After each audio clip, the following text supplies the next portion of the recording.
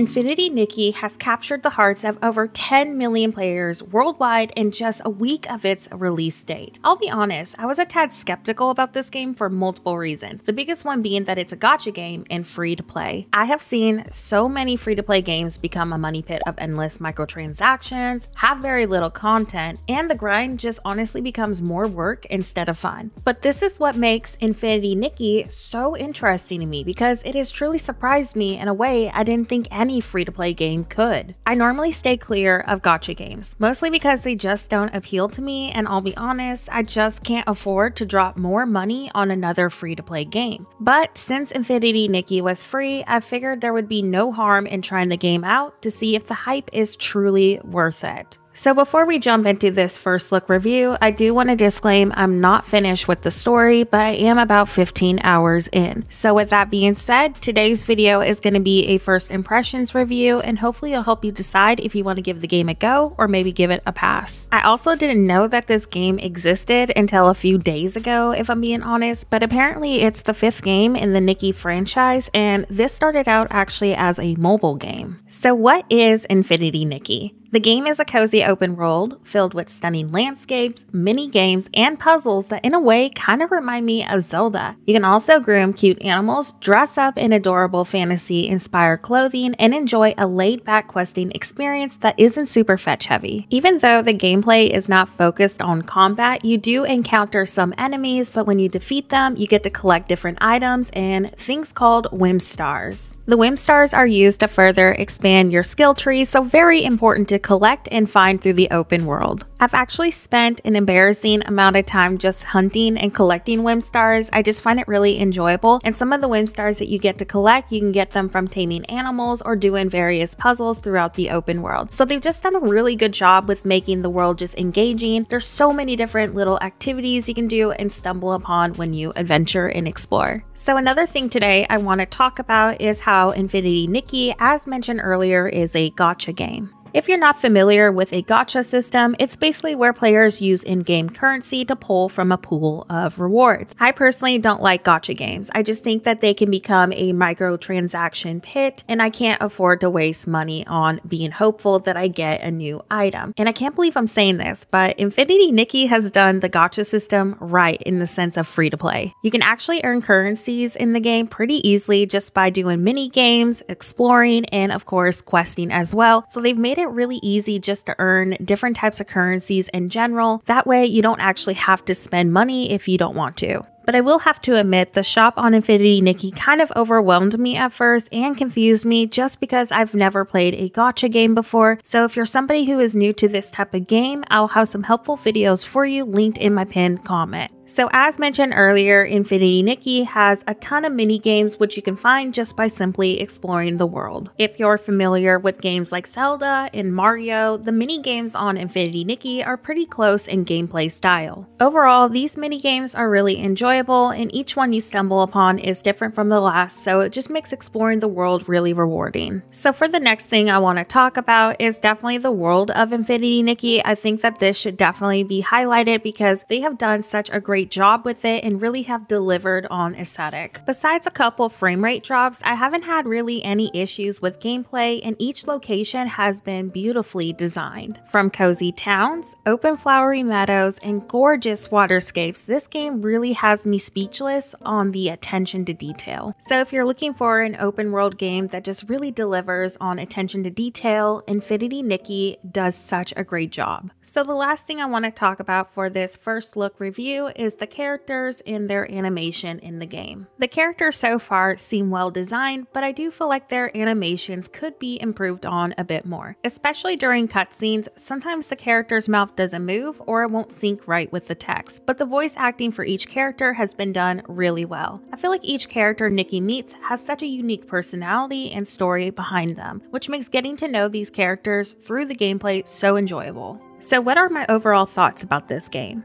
Infinitynikki is actually pretty good and extremely well done. I can't wait to see new features get added and watch the game continue to expand and grow. If you enjoy games like Palia, Disney Dreamlight Valley, Genshin Impact, Mario, and even Zelda, you will definitely like this game. I do have to admit though, I am bummed that there is no multiplayer feature besides a chat system in the game, as I feel like a style challenge with friends or even mini game challenges for currency could be so much fun and a great way to expand the game's community. But maybe we'll see something like this added in the future. I was also told by a friend that designing mechanics are present in the game but are planned to be expanded on in the future. As a design-based channel, this definitely has me excited because the world is beautiful and builds will look absolutely stunning. So if you're somebody like me who enjoys to decorate and design, this is definitely a feature that we can look forward to and hope that they deliver it really well. In general, this game really surprised me and is worth picking up and playing. If I had to give this game a rating from 1 to 10, I think I would give it a fair 8 or 9, just because I do feel like some things could still be added and improved on. But as a free-to-play game, Infinitynikki has more content than some games I have purchased right now, and that honestly blows my mind. If you are somebody playing Infinitynikki, let me know your favorite things about the game in the comment section below, or even things you hope to see them add in the future. Anyways, as we near the end of today's video, I do want to give a huge shout out to all of my channel members. Thank you so much for supporting me as a creator. Just your support in general means the world to me. Thanks again for watching, and as always, have a horrible day, and I'll see you next video.